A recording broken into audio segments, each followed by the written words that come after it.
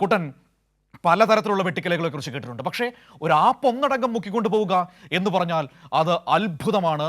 ഇതാദ്യമായിട്ട് കേൾക്കുന്നതാണ്. ഇവിടെ ഇപ്പോൾ ഇന്നലെ പ്രതിപക്ഷ നേതാവ് പറഞ്ഞൊരു കാര്യമുണ്ട്, മറുപടി പറയേണ്ടത് ഞാനല്ല KPCC നേതൃത്വമാണെന്ന്. ഒരു രേഖ ഇപ്പോൾ സോഷ്യൽ മീഡിയയിൽ അടക്കം പ്രചരിക്കുന്നുണ്ട്. അതായത് രാഹുൽ ഗാന്ധി നൽകിയ സംഭാവനയിലടക്കം ഒന്നാമതായി ഒപ്പിട്ടിരിക്കുന്നത് പ്രതിപക്ഷ നേതാവാണ്, VD സതീശനാണ്. അപ്പോൾ അദ്ദേഹത്തിന് ഉത്തരവാദിത്വമില്ലേ ഈ പറയുന്ന ചോദ്യങ്ങൾക്ക് മറുപടി പറയാൻ? അതിൽ നിന്ന് ഒഴിഞ്ഞു മാറുകയാണോ ഉത്തരവാദിത്വമുള്ളൊരു നേതാവ് ചെയ്യേണ്ട ശൈലി? അതാണ് ഞാൻ നേരത്തെ പറഞ്ഞത്. രാഹുൽ ഗാന്ധി നൽകിയ ഒരു സംഭാവനയിൽ VD സതീശനും K സുധാകരനും ഒപ്പിട്ട് നൽകിയ ഒരു റെസീറ്റിന്റെ ഫോട്ടോ ഉൾപ്പെടെ പ്രചരിക്കുന്നുണ്ട്. അപ്പൊ അതിനകത്ത് ഏറ്റവും പ്രധാനപ്പെട്ട ഒരു അതിൽ ഒന്നാമത്തെ ഒപ്പം എന്ന് പറയുന്നത് VD സതീശന്റേതാണ്. അദ്ദേഹത്തിന് വളരെ കൃത്യമായ ഉത്തരവാദിത്തമുണ്ട്. കാരണം ഇത് നേരത്തെ മനു സൂചിപ്പിച്ചതുപോലെ തന്നെ ഒരു വലിയ ദുരന്തമുഖത്ത്, ഈ ദുരന്തമുഖം അതിജീവിക്കുന്നതിന് വേണ്ടി കേരളം കോൺഗ്രസ് പാർട്ടിയുടെ കൂടെ, അല്ലെങ്കിൽ കോൺഗ്രസ് പാർട്ടിക്ക് ഇത്തരത്തിലുള്ള ഒരു ധനസഹായം നൽകുന്നതായിരുന്നു. മറ്റ് പലതരത്തിലുള്ള ഈ ഫണ്ട് പിരിവുകൾ കേരളത്തിൽ നടന്നു നമ്മൾ കണ്ടതാണ്. അതായത് 25 വീട് നൽകുമെന്ന് പറഞ്ഞുകൊണ്ട് ജനങ്ങളെ സമീപിച്ച, അല്ലെങ്കിൽ പലതരത്തിലുള്ള പ്രവർത്തനങ്ങളിലൂടെ ഫണ്ട് ശേഖരിച്ച DYFI ഇപ്പോൾ 100 വീടുകൾ നൽകുന്ന രീതിയിലേക്കുള്ള അത്രയും വലിയ രീതിയിലുള്ള പ്രവർത്തനങ്ങൾ നടത്തുന്ന നമ്മളെ കേരളം കണ്ടു. അതോടൊപ്പം തന്നെ മുഖ്യമന്ത്രിയുടെ ദുരിതാശ്വാസ നിധിയിലേക്ക് ജനങ്ങൾ ഒന്നടങ്കം വലിയ രീതിയിൽ സഹായിക്കുന്നു. പക്ഷെ അതിലൊന്നും വിശ്വാസമില്ലാതെ തങ്ങൾ ഒറ്റക്ക് ഈ പുനരധിവാസ പ്രവർത്തനങ്ങൾ നടത്തും. തങ്ങൾ 100 വീടുകൾ, അതായത് രാഹുൽ ഗാന്ധി, കേരളത്തിലെ കോൺഗ്രസ് പാർട്ടി, കർണാടകയിലെ കോൺഗ്രസ് സർക്കാർ ഉൾപ്പെടെയാണ് ഈ 100 വീടുകൾ എന്നുള്ള പ്രഖ്യാപനം നടത്തിയത്.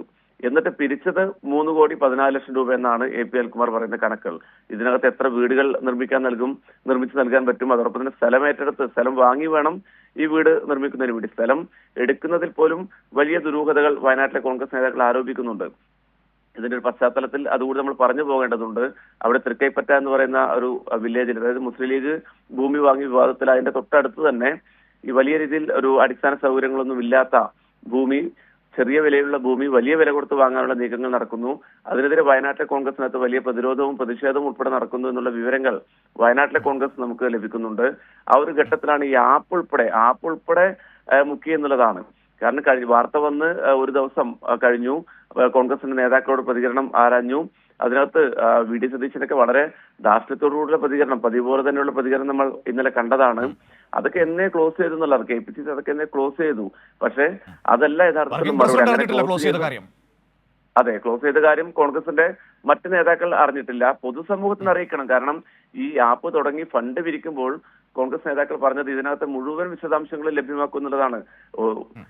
പൊതുസമൂഹത്തും പോട്ടെ, ഇതിനകത്ത് സംഭാവന നൽകിയ ആൾക്കാരുണ്ട്, അവർക്ക് തങ്ങൾ നൽകിയ തുകയുടെ വിശദാംശങ്ങൾ ഉൾപ്പെടെ അതിനകത്ത് കാണാൻ വേണ്ടി പറ്റുന്നില്ല എന്നുള്ളതാണ്. ടോട്ടൽ തുക എത്രയുണ്ടെന്നും ഈ 3,14,00,000 രൂപയാണോ, അതിൽ കൂടുതൽ വന്നിട്ടുണ്ടോ, മറ്റെന്തെങ്കിലും സാമ്പത്തിക ഇടപാടുകൾ മറയ്ക്കാനുണ്ടോ എന്നുൾപ്പെടെയുള്ള ചോദ്യങ്ങൾ വളരെ സജീവമായി ഉയർന്നു വരുന്നുണ്ട്. ഏതായാലും ഒരു ദുരന്തമുഖത്താണ് ഇത്തരത്തിലുള്ള പ്രവർത്തനങ്ങൾ കോൺഗ്രസ് നടത്തുന്നു എന്നുള്ളത് കേരളത്തിലെ പൊതുസമൂഹം കണ്ടുകൊണ്ടിരിക്കുകയാണ് മനു.